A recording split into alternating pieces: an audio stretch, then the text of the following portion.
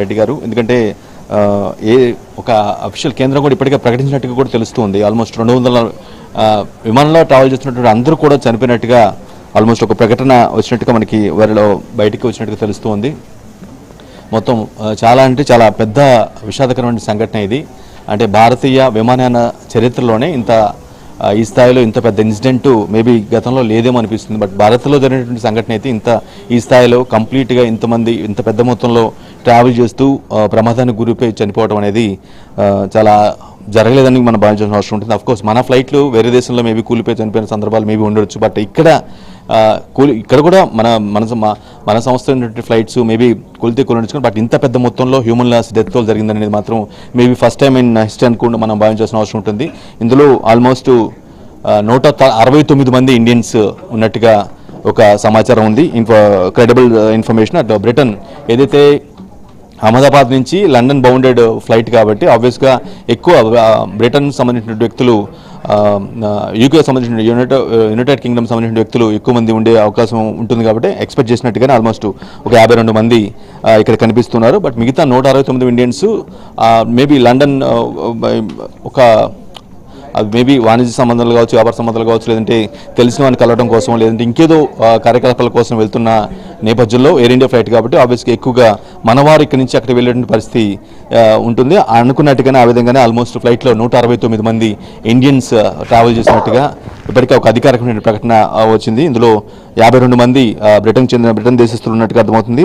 Portuguese వ్యక్తులు, దేశానికి చెందిన వ్యక్తులు 7 ఉన్నట్టుగా తెలుస్తుంది. కెనడా చెందిన ఒక వ్యక్తి ఇందులో ఉన్నట్టుగా అర్థమవుతుంది. మొత్తం 242 మంది, 230 మంది ప్రయాణికులు, ఒక పైలట్, కో పైలట్, అదేవిధంగా 10 మంది సిబ్బంది ఎవరైతే ఉంటారో వాళ్ళు, మొత్తం కూడా 242 మెంబర్స్ ఆన్ బోర్డ్ డైడ్ అన్నట్టుగానే మనం చూడాల్సిన అవసరం ఉంటుంది. 825 అడుగుల ఎత్తు నుంచి విమానం కూలినట్టుగా ఒక ఇన్ఫర్మేషన్ అయితే అంతూ ఉంది.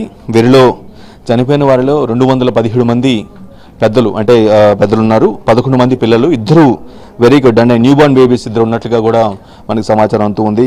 చాలా దారుణమైనటువంటి ఇన్సిడెంట్, హృదయ విదారకరమైన ఇన్సిడెంట్. అంటే ఎవరు ఎక్స్పెక్ట్ చేయండి జనరల్గా. అంటే వారి గమ్యస్థానాలకి ఫ్లైట్ ద్వారా కొంత ఎర్లీగా వెళ్ళొచ్చు, కొంత లగ్జరీస్గా ట్రావెల్ చేసి ఆ గమ్యస్థానాలకు వెళ్ళిపోవచ్చు, అనుకున్న దానికంటే కొంచెం ముందుగానే వెళ్ళిపోవచ్చు, అంటే వేరే అని భావించి ఎంతో హోప్తో వెళ్ళినప్పుడు కూడా వారిని మృత్యు వెంటాడిదిగా మనం భావించాల్సిన అవసరం ఉంటుంది. ఆ స్థాయిలో టేక్ ఆఫ్ అయినటువంటి కొద్ది నిమిషాల్లోనే కొంత దూరం, ఆల్మోస్ట్ 825 అడుగుల వరకు వెళ్ళిన తర్వాత అది మరి టెక్నికల్ ఇష్యూ సంభవించి ఉండొచ్చు. కంప్లీట్గా ఎయిర్ ట్రాఫిక్ కంట్రోల్తో సంబంధాలు తెగిపోయినాయని మనకి అర్థమవుతుంది. ఆ తర్వాత వన్స్ ఏటీసీతో సంబంధాలు తెగిపోయాయంటే దానికి ఒక గైడ్ ఉండే సో ఆ విమానాన్ని గైడ్ చేయడానికి మళ్ళీ మేబీ నడపడానికి పైలట్, కో పైలట్ ఉండొచ్చు, కానీ బట్ ముందుకు వెళ్ళడానికి గైడ్ చేయడానికి ఎటువంటి ఆస్కారం ఉండదు ఏటీసీతో కంట్రోల్ తెగిపోయాయంటే. ఎందుకంటే కంప్లీట్గా ఏటీసీతో సంప్రదింపులు, అంటే ఆ టచ్లో ఉంటేనే దాని యొక్క ఆ ఫ్లైట్ ఎక్కడ ఉంది, ఎక్కడి వరకు సేఫ్గా రీచ్ అయిందో లేదో తెలుస్తూ ఉంటుంది. వన్స్ మరి ఇక్కడ మాత్రం ఈ ఫ్లైట్ విషయంలో ఎయిర్ ట్రాఫిక్ కంట్రోల్తో సిగ్నల్స్ తెగిపోయాయి అంటే మనం చెప్పలేని పరిస్థితి. అనుకున్నట్టు అదే సిచ్యువేషన్ ఇక్కడ రిపీట్ అయ్యి టేక్ ఆఫ్ అయినటువంటి కొద్ది నిమిషాల్లోనే మెఘానీనగర్లోని గోడాసర్ అనే ప్రాంతంలో ఫ్లైట్ కూలిపోవడం జరిగింది. ఆల్మోస్ట్ అందరూ కూడా చనిపోయినట్టుగా మనం భావించాల్సిన అవసరం ఉంటుంది. ఇంకా మేబీ అఫీషియల్ కన్ఫర్మేషను రావాల్సి ఉంది, అంటే అధికారికంగా సంబంధిత మంత్రో లేదంటే ప్రభుత్వమో చేయాల్సిన ఒక ప్రకటన అయితే ఉంది. బట్ ఒక స్టేట్మెంట్ అయితే బయటకు వచ్చినట్టుగా మనకి తెలుస్తుంది. సో మొత్తానికి కంప్లీట్గా ఇది భారత విమానయాన చరిత్రలోనే ఒక పెద్ద ఇన్సిడెంటు, పెద్ద ఘోర విమాన ప్రమాదం. భవిష్యత్తులో కూడా ఎప్పుడు జరగకూడదు అని బలంగా కోరుకోవాల్సిన సందర్భం.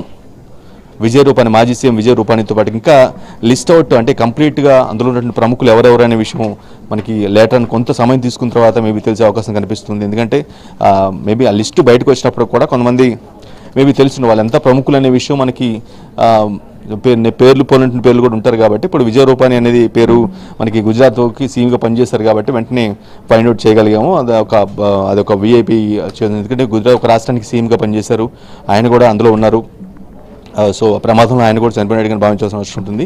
సో ఘటనపై అంతోంది వెంకట్, మనం చూస్తున్నాం ఏదైతే ఇప్పటిదాకా ఏదైతే ఎగిరి, అంటే అక్కడ నుంచి టేక్ ఆఫ్ అయిన విమానం కూలిపోయిన బిల్డింగ్ ఏంటో దానిపైన డిస్కషన్ జరుగుతుంది. దానికి సంబంధించి కూడా ఒక సమాచారం వచ్చింది. దాని ప్రకారము ఏదైతే డాక్టర్స్కి సంబంధించిన ఒక హాస్టల్ బిల్డింగ్ ఉంది. హాస్టల్ బిల్డింగ్ పైన కూలిపినట్టుగా మన సమాచారం అందుతుంది.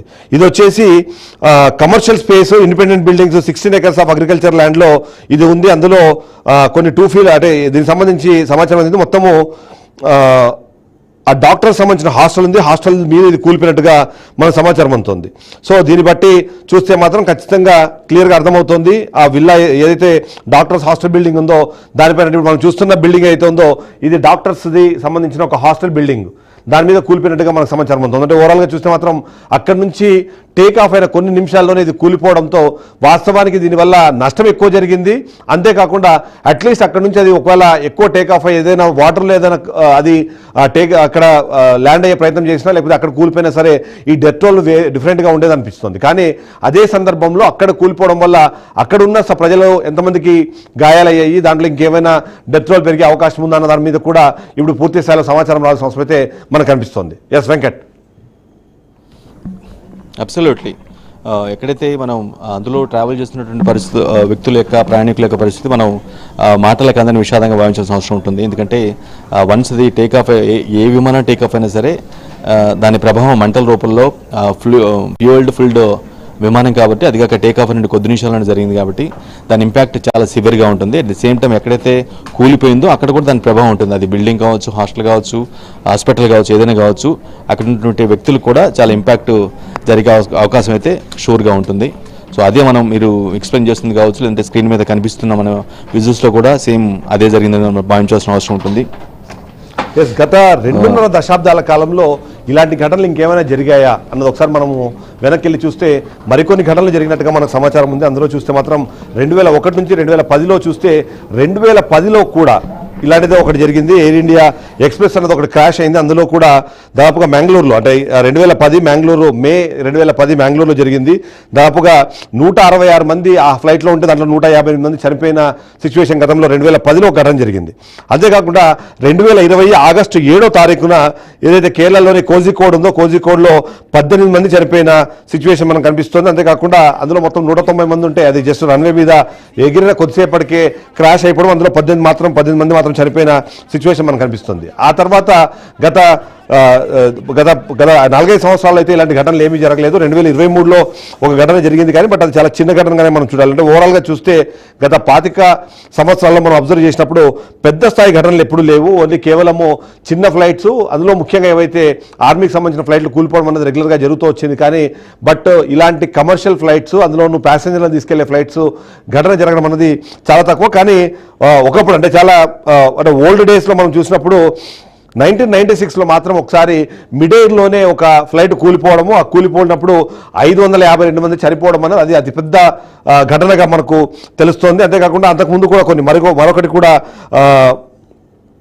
కజకిస్తాన్ ఎయిర్లైన్ కూడా ఒకసారి 349 మందిని మోసుకు వెళ్తే అది కూడా మార్గ మధ్యంలో కూలిపోవడము, అందులో చనిపోవడం అనేది కూడా చూస్తున్నాం. అంటే ఓవరాల్గా చూస్తే 1947 భారతదేశానికి స్వాతంత్రం వచ్చినప్పటి నుంచి ఇప్పటి వరకు చూస్తే 2173 మంది ఇలాంటి ఘటనలో చనిపోయినట్టుగా మనకు తెలుస్తుంది. అందులో మొత్తం 52 యాక్సిడెంట్ జరిగితే అందులో 52 ఘటనలు జరిగితే అందులో 40 ఘటనలు భారత్కి సంబంధించిన ఎయిర్లైన్స్లో జరిగితే మరో 12 మాత్రము ఫారిన్ ఎయిర్లైన్స్లో జరిగినట్టుగా తెలుస్తోంది. అంటే వీటిలో ఎక్కువ శాతం చూస్తే పైలట్ ఎర్రర్ అన్నదే ఎక్కువ శాతం కనిపిస్తుంది, 80% అదే కనిపిస్తుంది. అంతేకాకుండా మిగిలినవన్నీ కూడా టెక్నికల్ ఇష్యూస్ అవన్నీ కూడా కనిపిస్తుంటే కొన్ని మాత్రమే యాక్సిడెంట్స్ జరిగి చనిపోవడం మనకు తెలుస్తోంది. అంటే ఓవరాల్గా చూస్తే భారత్కి సంబంధించిన ఘటనలు ఎక్కువ జరిగినా సరే గత 25 సంవత్సరాల్లో 3 లేదా 4 ఘటనలు మాత్రమే జరిగాయి. ఎంతో కొంత మనకు సంబంధించిన ఆ ఎర్రర్ రేట్ ఏదైతే ఉందో అది 0.82% మాత్రమే ఉంది అన్నది మనం గొప్పగా చెప్పుకుంటున్నాం. కానీ ఇవాళ ఈ ఘటన జరిగిన తర్వాత ఆ సంఖ్య ఏదైతే ఉందో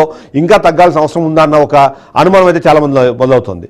242 మంది వాస్తవానికి మనం చూసినప్పుడు అహ్మదాబాద్ నుంచి లండన్కి వెళ్తున్నారు అంటే అయితే వాళ్ళు ఇక్కడి నుంచి అక్కడికి ఉద్యోగం కోసం వెళ్తుండొచ్చు, లేదా ఇక్కడ వాళ్ళ కుటుంబాలని చూడడానికి వచ్చి మళ్ళీ రిటర్న్ వెళ్తుండొచ్చు, లేదా కొత్త ఆశలతో, కొత్త ఆశయాలతో, కొత్త ఆలోచనలతో అక్కడ ఇంకొక కొత్త లైఫ్ స్టార్ట్ చేయడానికి కూడా వెళ్తుండొచ్చు. కానీ ఫైనల్గా ఏం జరిగిందంటే వీళ్ళు టేక్ ఆఫ్ అయిన ఫ్లైట్ ఏదైతే ఉందో కొన్ని నిమిషాల్లోనే వాళ్ళని ఏదైతే కారణాన్ని తీరాలకు తీసుకుపోయిందన్నది మాత్రం ఒక బాధాకరమైన విషయంగా మనం చూడాలి. సో అలా చూస్తే మాత్రం 242 మంది ఇప్పుడు మృతి చెందారా అన్న అనుమానంతో పాటు మృతి చెందే అవకాశాలు ఎక్కువగా కనిపిస్తున్నాయన్న విశ్లేషణ వినిపిస్తున్న నేపథ్యంలో ఇంతమందిని బలిగొన్న ఈ ఘటన ఏదైతే ఉందో ఇలాంటి ఘటనలు పునరావృతం కాకుండా ఉండడానికి అవసరమైన చర్యలు తీసుకోవాల్సిన అవసరం అయితే మనకు చాలా క్లియర్గా కనిపిస్తుంది.